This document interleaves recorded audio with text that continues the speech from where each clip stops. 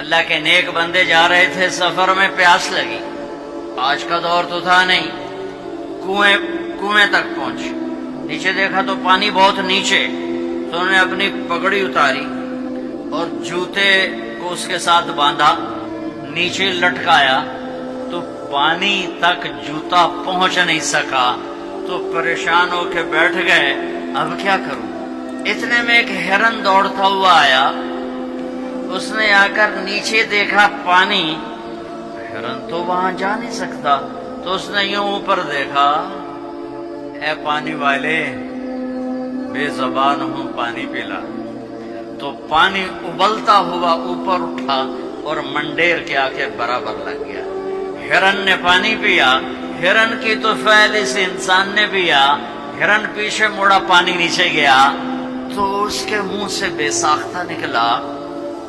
کہ میں انسان، میرے لیے تو پانی اوپر نہیں آیا اور یہ جانور کے لیے اوپر آیا۔ غیب سے آواز آئی، تو رسی کا سہارا ڈھونڈتا رہا، اس نے مجھے پکارا، اس نے پانی والے رب کو پکارا۔